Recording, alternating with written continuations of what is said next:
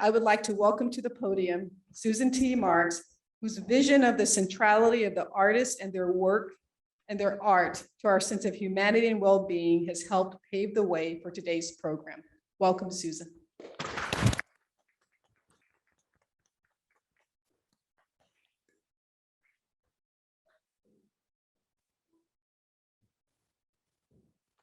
Thank you. Good afternoon and welcome to the 6th annual Distinguished Lecture Series at the Arthur Ross Gallery. And how fitting this year, we're collaborating with Perry Worldhouse, Penn's home for global engagement. Despite the darkness in our troubled world and the effects of the pandemic, we're seeing light at the end of the tunnel. Certainly a bright spot is the fact that Shirin Neshat, a world-renowned Iranian-born artist and award-winning filmmaker, is this year's speaker. A very, very warm welcome. We will hear more about her in the introduction shortly. I'm thrilled that this year we are once again able to gather in person as well as on Zoom. I understand we have a turnout of 425 people, so that's very exciting.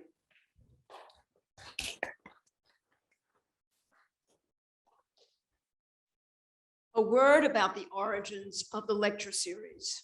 Many years ago, back in the 20th century, as an undergraduate at Penn, majoring in political science and international relations, I was able to take several history of art courses. For me, it was a magical experience and opened my eyes to a new world around me. Since that time, art has had a profound impact on my life, both art appreciation as well as creating art, which I do as a serious amateur stone carver. So in giving back to the university, I wanted to spark a spark in today's 21st century students, hoping to inspire them across a variety of disciplines to develop an interest in and a passion for art. When we initiated the series, we'd hoped to attract a wide audience locally, regionally, and nationally for the wonderful Arthur Ross Gallery. We've done it internationally as well. Based on today's turnout, I think we have succeeded. And now it is my great pleasure to introduce Lynn Marsden-Atlas, Executive Director of the Arthur Ross Gallery, who will introduce our speaker, Shirin Neshat.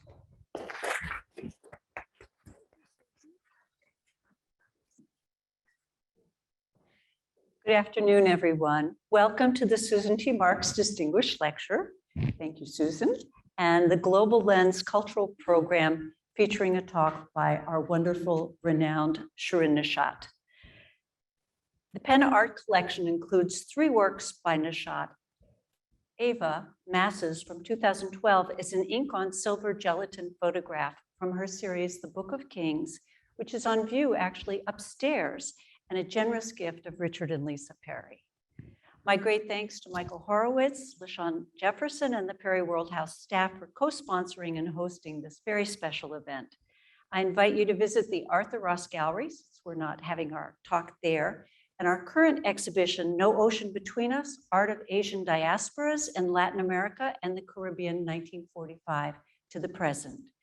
And my heartfelt thanks to Susan, her husband, Philip Kivitz, and her family who are with us today, either in person or online. I first discovered Shirin Neshat's work, Rapture, 1999, at the Whitney Biennial. And over 20 years later, it's an honor to introduce her. Shirin Neshat is an Iranian-born artist and filmmaker living in New York. She works and continues to experiment with the mediums of photography, video, and film, which she imbues with highly poetic and politically charged images and narratives that question issues of power, religion, race, gender, and the relationship between the past and present, Occident and Orient, individual and collective through the lens of her personal experiences as an Iranian woman living in exile. Shirin Neshat has held numerous solo exhibitions at museums internationally, including the Pinakothek des Modernes in Munich, the Modern Art Museum of Fort Worth, the Broad in Los Angeles, Museo Correr in Venice, Italy, the Hirshhorn Museum, and the Detroit Institute of Arts. Neshat has directed 3 feature-length films, Women Without Men, which received the Silver Lion Award for Best Director at the 66th Venice International Film Festival, Looking for Kotham, and most recently, Land of Dreams, which premiered at the Venice International Film Festival in 2021. She was awarded the Golden Lion Award, the first international prize at the 48th Biennale di Venezia, and the Premio Imperiale Award for painting. Please join me in welcoming Shirin Neshat.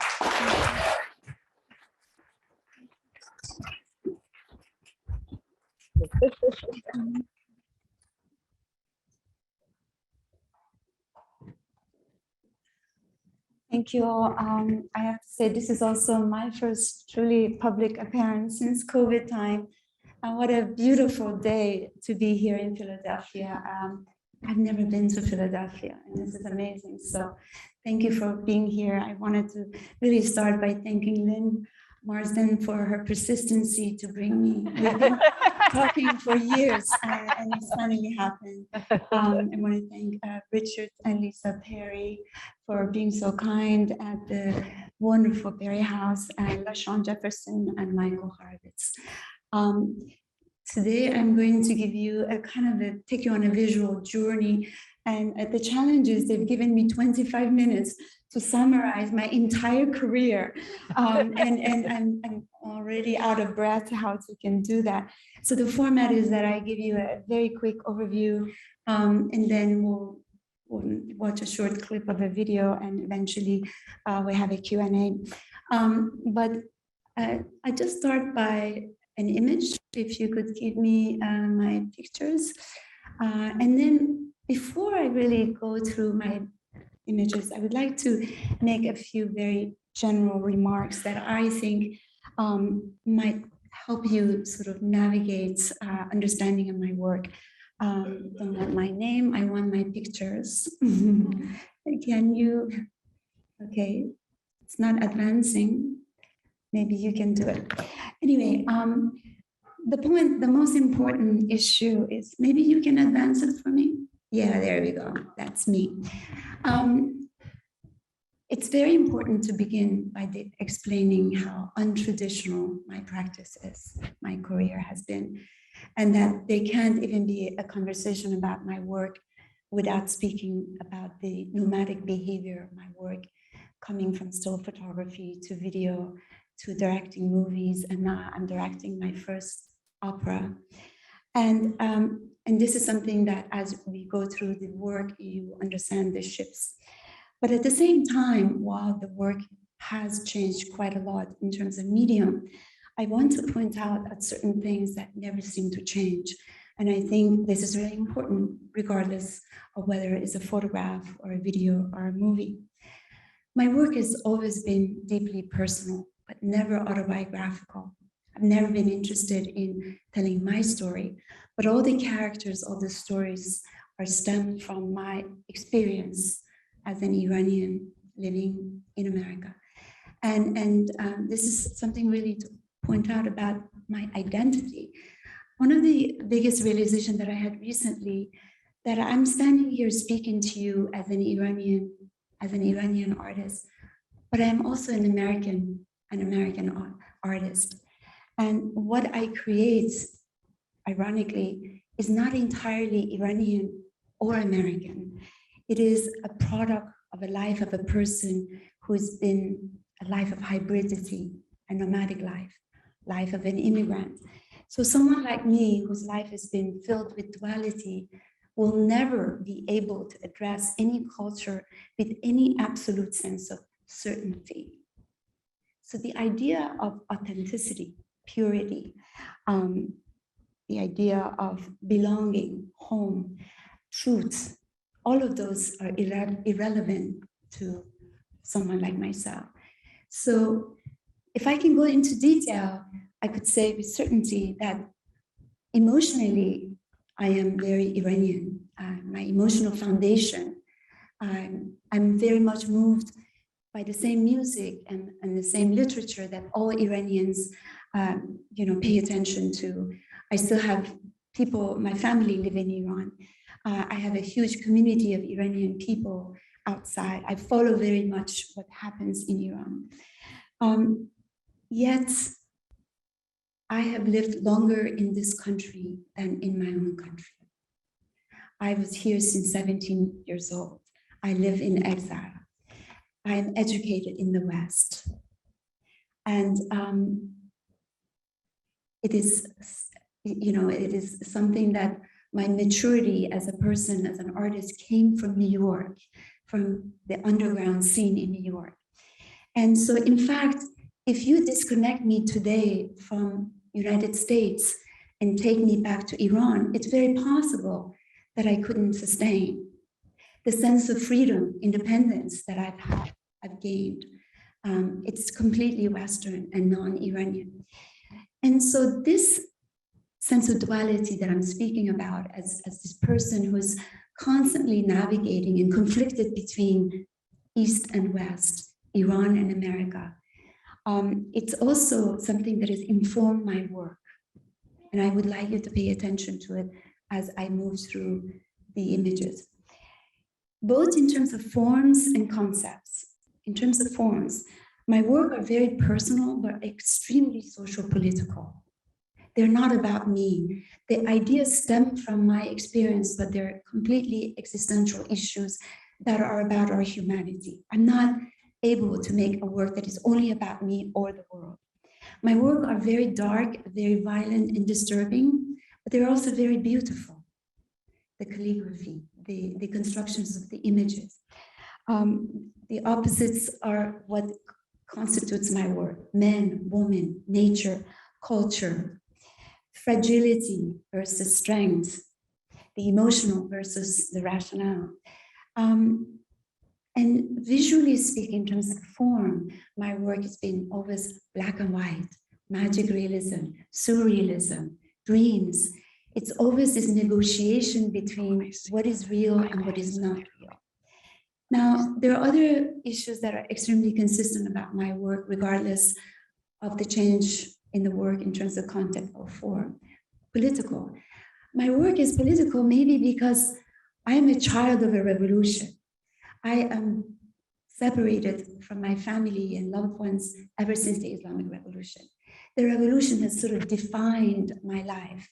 I have an unresolved relationship to my country because of a series of political events that define my destiny and my family. History, I'm trying to go rather fast. Even though I would say that my work is very poetic, very lyrical, it's very mystical, it's deeply historical. And I have no idea where this came from. But my work, no matter what series you look at, it's narrating history.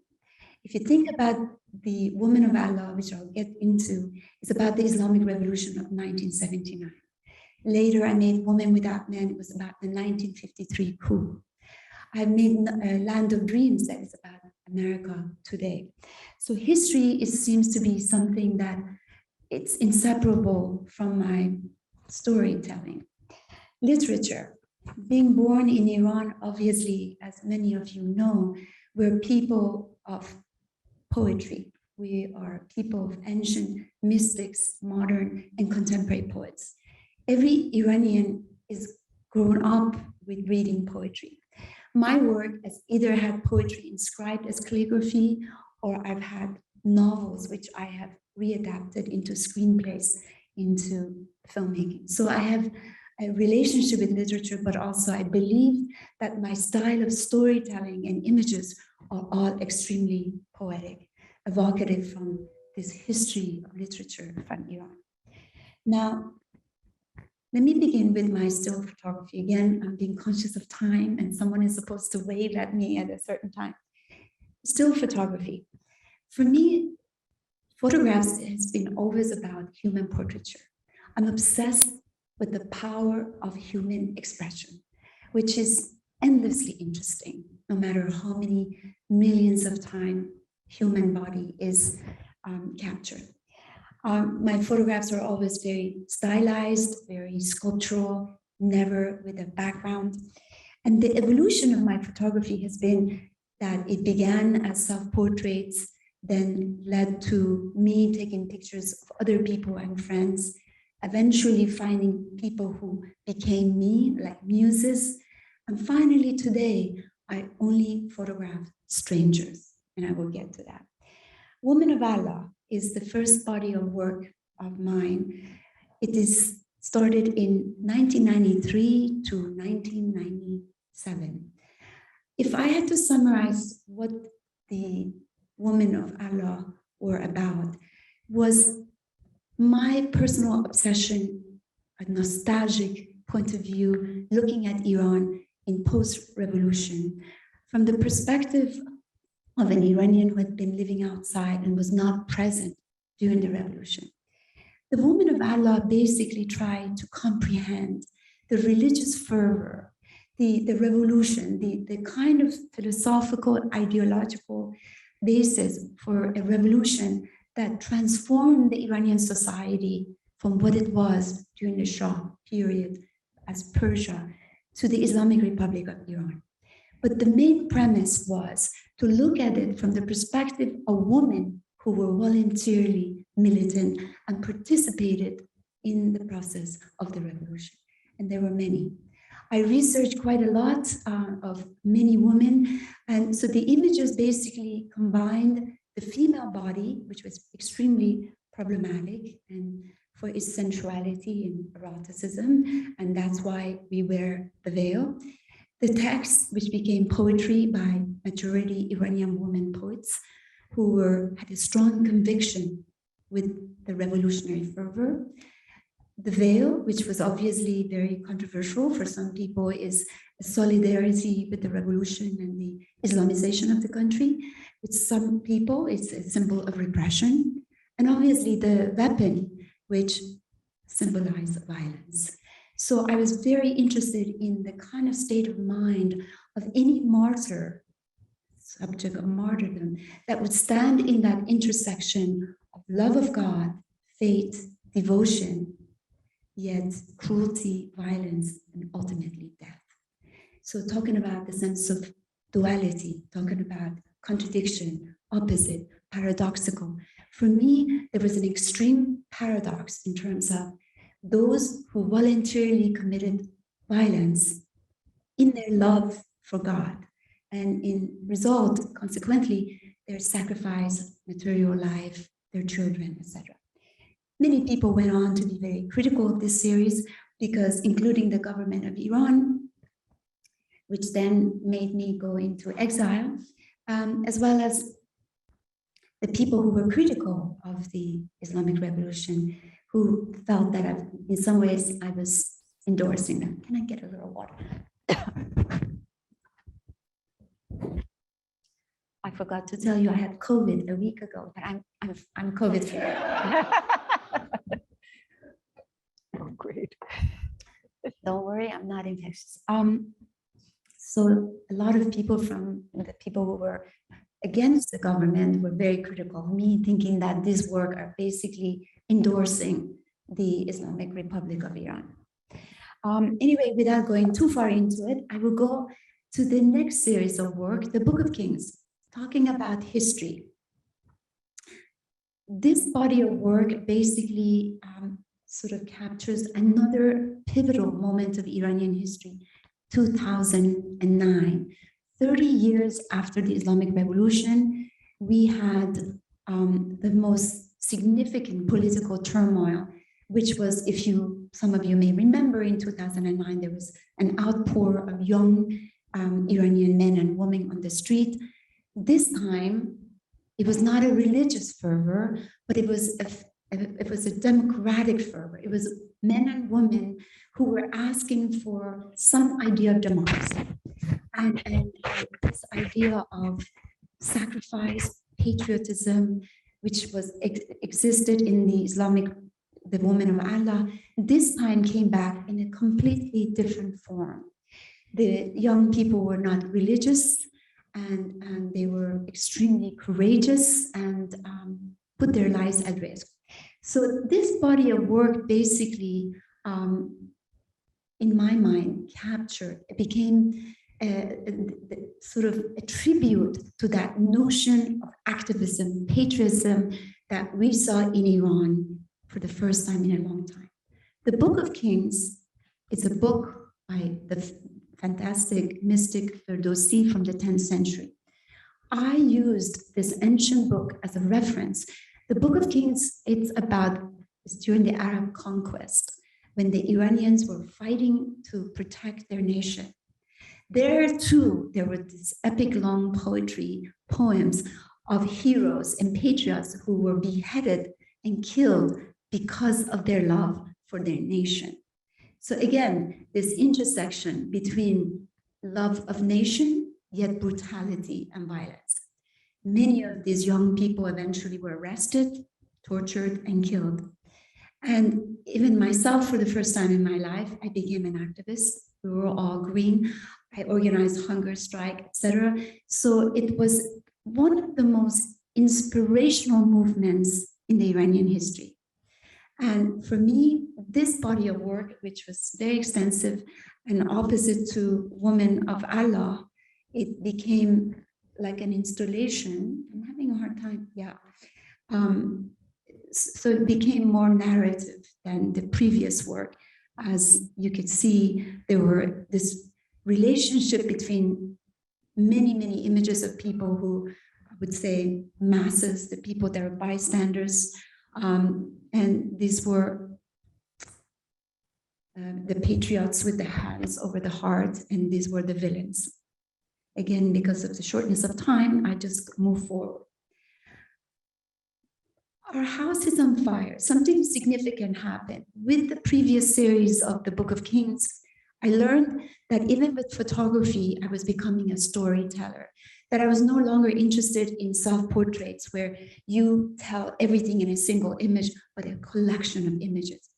I went to Egypt during the Egyptian Revolution in 2011. It was an invitation by the Rauschenberg Foundation.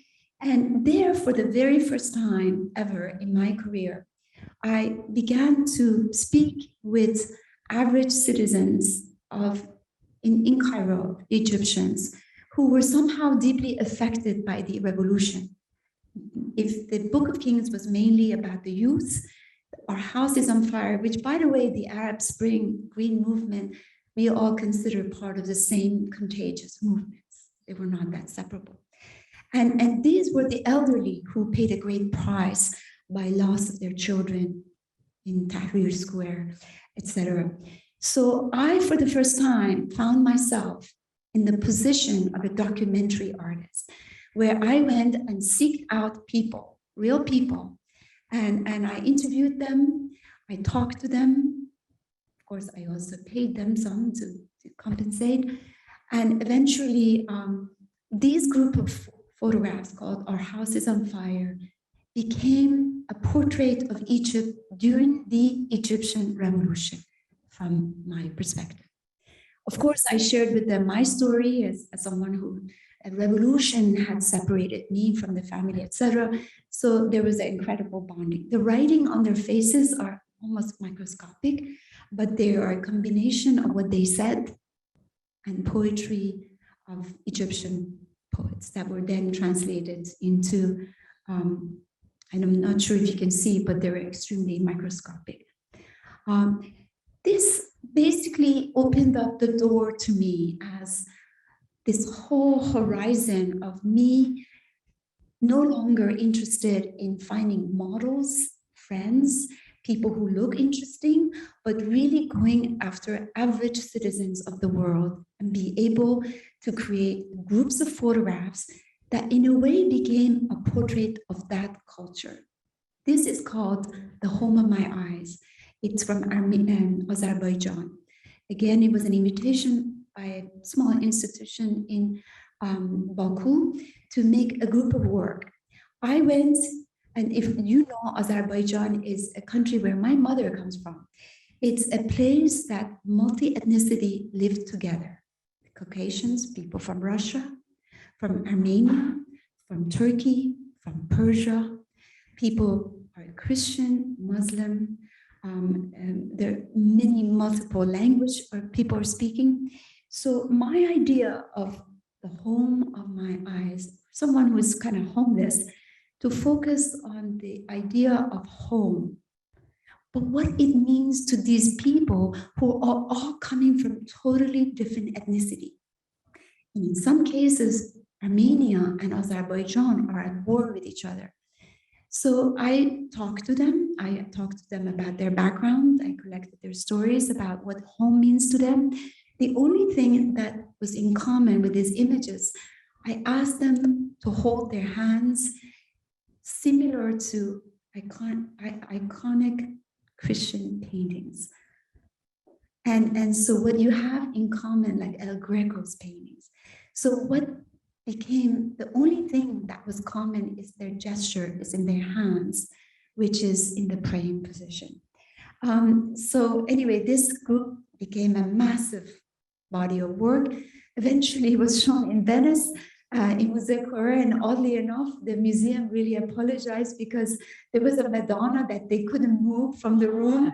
And everybody thought that I cleverly brought the Madonna and installed it right next to it. But there was something incredibly powerful about these images of people, Middle Eastern, Caucasian, all of these people from different ethnicities having this common posture of praying position.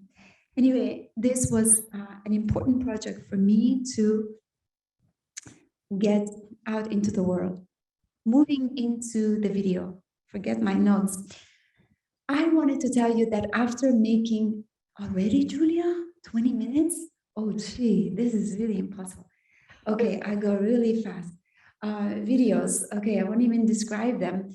The moved video is to stay away from judgment of people who looked at my work and were not able to look at the artistic merits of the work, but the political meaning. So the move to video was to free myself from those kind of judgment, to make works that were evocative, lyrical, timeless. They had, I mean, I'm having a hard time with and that there was a choreography, there was landscape, there were quite, this is rapture that Lynn was talking about, and that my obsession became about dreams and surrealism and things that didn't make sense, even if they had a footing in reality. Here was the question of male and female. So all of these videos, which unfortunately I cannot go into detail, black and white, but they were all this very allegorical, quite sort of lyrical videos, 10 minutes long, that were some ways about telling a story. Eventually, my videos became more cinematic as I entered the world of cinema. This is Roja in 2016, where it was actually my own dream that I turned into a video. My obsession with dream has continued over the years. And because I believe dreams are very important, that dreams are common human experience. We all dream. And when we dream, our dreams have a footing in reality, places that we've been, people that you know, but nothing makes sense. Dreams are innocent. And dreams are, to me, a projection of our fears and anxieties. So at first, I began by finding muses and filming my own dreams. And these are some of them which I cannot, unfortunately, get into. To then, and I did a trilogy called Dreamers. These are pretty much 10-minute short videos, but they become cinematic because they have a protagonist, they have a beginning, middle, and the end, but still very similar to my earlier videos. And my final project that I don't have any time to work with is my latest work in New Mexico, where I went and photographed 200 people, and I wanted to create a portrait of America. I want to make a room that essentially creates this tapestry of American identity, the diversity of the people that created this country, that that is what I know about this country. In New Mexico, I shot a great deal Native Americans, African Americans, Hispanic immigrants. So it became a collection of 110 photographs of people who were functional, dysfunctional, poor, middle class, men, women, from multiple different ethnicity, and they were all looking at you. And this is the main character of the video that eventually played myself. But you can see that I spent weeks and weeks in New Mexico. I recruited people. I talked to them about who they are and what are their latest dreams. Land of Dreams obviously is a reference to what we think about America. It's a place that dreams come true, which is not necessarily always true. And if I can say what I want in my country, Iran, I can say what I want in my country, in America. That it was for the first time in my life, I felt it was important to make a work in the United States. That is a critique about a country that I love, I worship, but I feel that it's shifting all in the wrong direction. And so my lens basically had now sharply turned away from Middle East, Iran, Azerbaijan, Morocco, Egypt, but looking into America. And by looking at other minority groups, I began to feel truly my role as an American and my place. The video is very expansive. New Mexico, aside from its demographic, is a fantastic landscape that resembles Iran. So the video, which will show you 2 minutes, it's a double channel projection that is partially taking place in the US and partially in a dubious Iranian colony. And this woman, photographer from Iran, who is really me, is going door to door, asking to take people's photographs and collect their dreams. So now, if I was making videos about my dreams, now I was collecting people's dreams. And just very quickly, because hopefully one day this thing is not advancing very fast. This is a couple of glimpses into the Iranian colony. It's really absurd comedy of all these Iranian men and women dressed in lab coats, busy collecting American people's dreams, their enemies, and analyzing them. So we took this power plant and basically transformed it into this kind of Kafkaesque bureaucracy of the Iranian regime. And so this is a very involved project. It would take me a very long time to explain. But the last thing I want to leave you with before we actually watch the short video is that for the first time, I also make movies, and don't ask me why, it's because you can't buy movies. You can just pay $10 to go see it. It's kind of nice. It takes 6 years. I never make any money. I only lose money.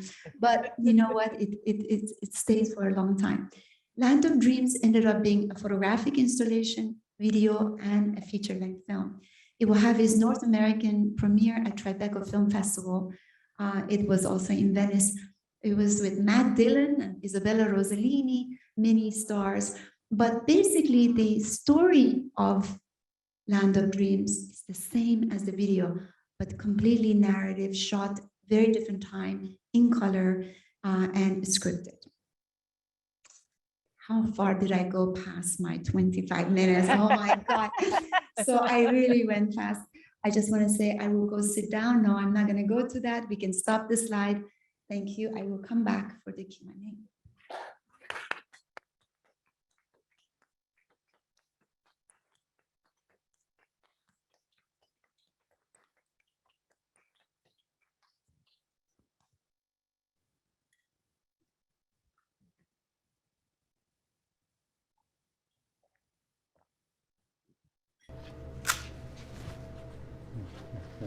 Thank you.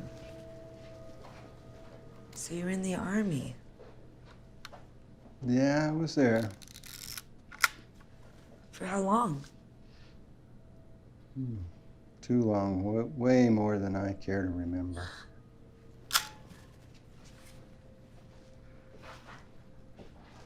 It's really amazing. amazing photographs. Yes, I was there for that one.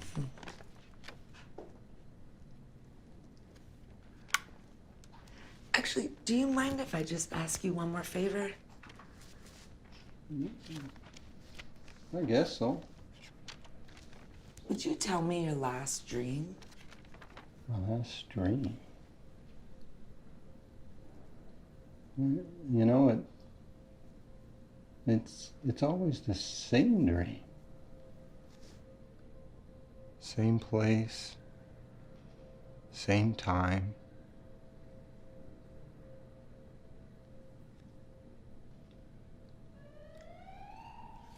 No, it isn't a dream. It's a nightmare. There's this whitish blue light that shoots across the sky, you see. Black smoke rises to form a cloud that covers the sun. I can now look at the sun directly with naked eyes from behind the black smoke. I hear people screaming. The sun is gonna fall. The sun is gonna fall.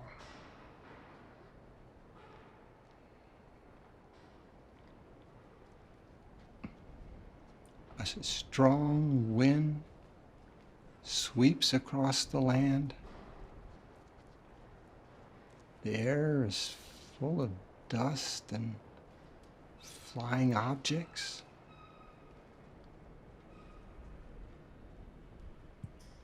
And then there's silence. Dead silence. The sun has died behind the deep black cloud as it starts to rain. Black rain. Raindrops of oil and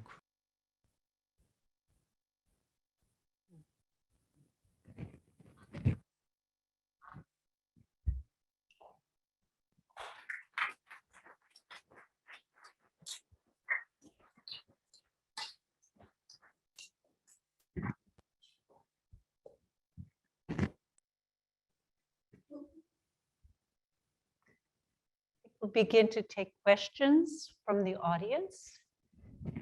And there's a speaker there if you'd like to line up.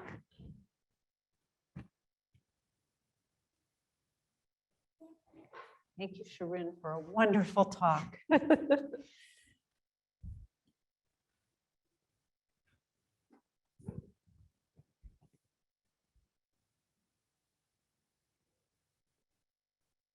Hi, thank you so much. Thank you so much for your work. I was wondering what the significance of black and white is for you. It's very important to me, and I don't know why, but I think that it's, yeah, what does the black and white mean to you? Well, there is, first of all, there's a starkness about black and white. I find color very seductive and very pretty.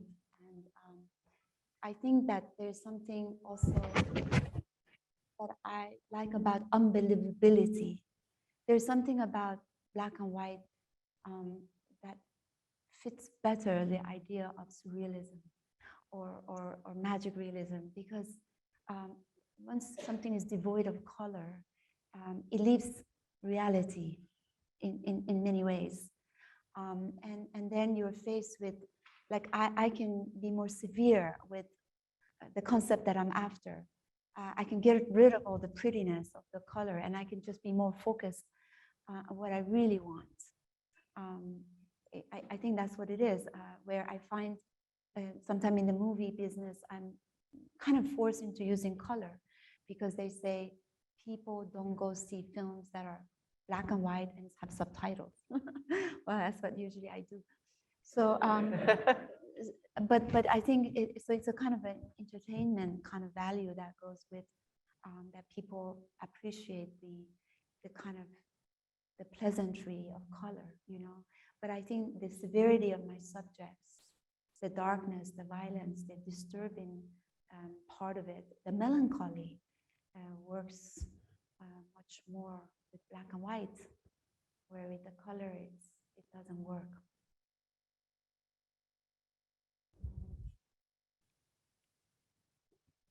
Shirin, I have a question from the online audience. What is your favorite camera to use? Can you explain the process behind adding the text to the picture? Favorite what?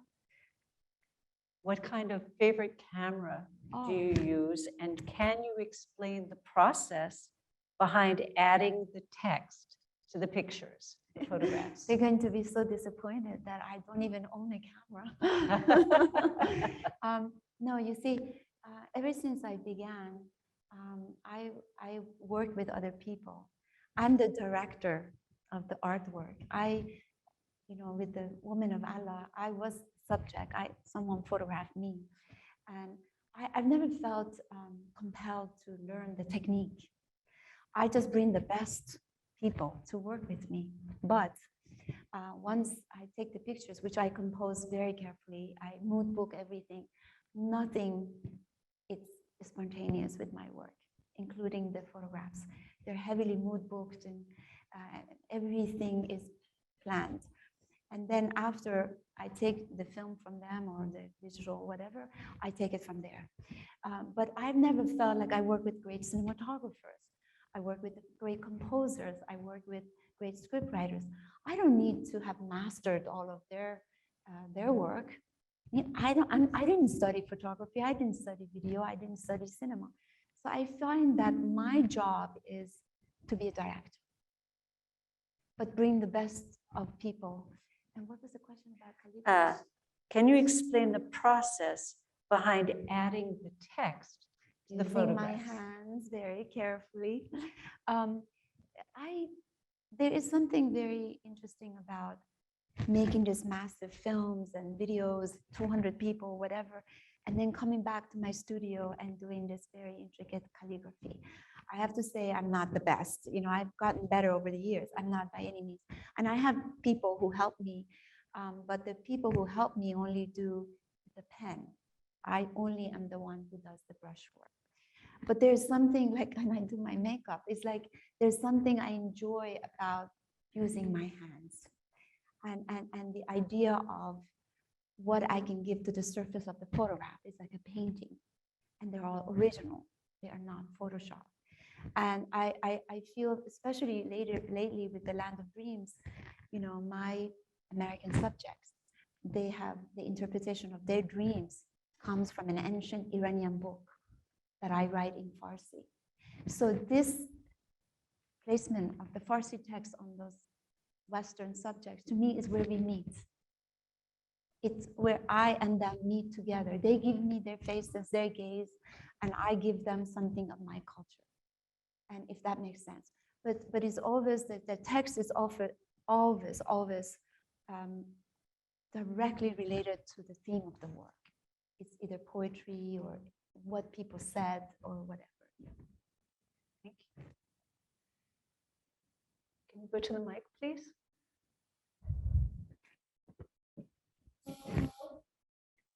My heart is still pounding from rushing this. Hi, you have been able to make your work outside of Iran. And right now I'm really curious about what is the state of contemporary art in Iran today. Obviously. Is that possible? You can take your mask just so I can understand clearly. Okay. Sorry. You have been able to make your art outside of Iran and doing it freely and expressing yourself the way that you would want to. I'm curious as to what is the state of contemporary art in Iran today. I'm sure there are artists there. Are they able to make their work, or is there a kind of secession in just what's happening in the art world there? It's a very good question. We pay different prices as an Iranian artist, that I make work that could be controversial, I'm forced to live in exile. I can't go back because I have trouble. So that's a decision I make as a person who does not want to be forced to censorship.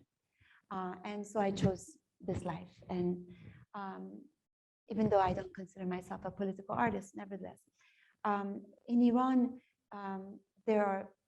it's very difficult. It's very difficult. Everything you make has to go to the Department of Ministry of, and they would have to be completely checked before placed in public. Many films are never released. Many artists are never shown publicly. But you know, it's very interesting because I can't even go about, I mean, this would be a very big conversation. For example, the work I make, it's not a local work. It's not about Iran anymore. And they could make a work about Iran. You see what I'm saying? So someone like me or many, many other Iranian artists who are living outside are dealing with different realities and different challenges. You know, we are in an international scene, a very extremely competitive scene, male-dominated scene. And we are working as this non-Western or at sometimes artist. And so we're dealing with very different parameters, right? They're dealing with the local situation and dealing with their own parameters in the government and the censorship.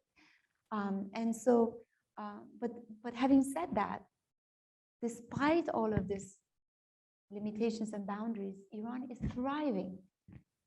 One of the most exciting places for literature, for theater, for visual arts, for cinema, music. And it's just unprecedented. How is that possible? The more you are against the wall, the more creative somehow it seems like. I hope this happens in America, that, you know, now that we have seen such dark period, that artists would be a little bit more sort of serious about looking at issues that is outside of their studio. And so it's a difficult situation, but at the same time, it's a thriving situation. So you would say that the suppression has basically generated even more creativity and more Yes. resistance. So there's more art. Yes, I would stop before saying it's a good thing. You know, of course, anytime you have, during the Nazis or during the very oppressive periods, you have a growing culture of arts. And I would imagine now after Ukraine, I mean, artists who are against the wall are become much more productive, much more expressive. They have a lot more to say. And the pain of not having the resources, there's no exhibition, no money, nothing, no even the future. It's even more of an impetus to work harder because the audience cares, because the public care, because there's an Iranian people dependent on their artists. Those subversive work of film and literature is what they live for, because that's how they communicate, you see. And the government has become very smart because they notice even the very sort of metaphorical kind of subversive literature. They know they're being critical of that, but still people are doing that. It's really amazing. And I think, to be very honest, in that sense, I work with a lot of boundaries that I give to myself, because I can't work without boundaries. That's because I'm Iranian. So are there secret galleries? I mean, how is this work being exposed? There are. One would have to go into it long ways, but there are. I wouldn't say secret, but there are.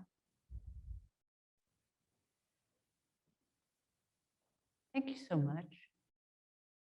And thank you so much to Shirin Neshat for joining us today for this really fascinating and wonderful discussion, even if it was 25 minutes. And a special thank you to Susan Marx for her generosity in supporting the lecture and the Arthur Russ Gallery.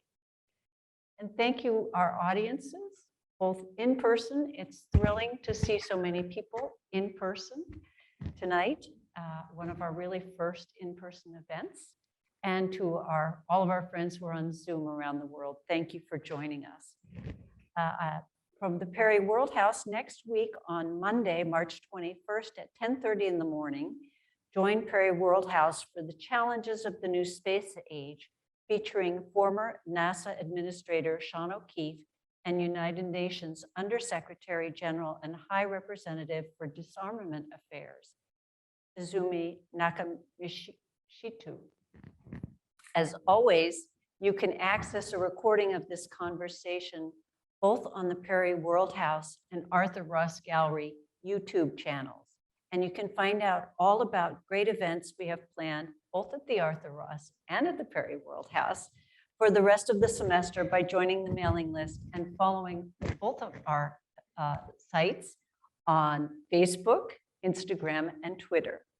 We'll drop links to all of those in the chat as well. And for those of you joining us in person, please go to the Student Lounge as you exit. But first, I recommend that you look at the wonderful Ava photograph upstairs by Shirin and get a grab-and-go snack on your way out. Thank you all very, very much for being with us tonight.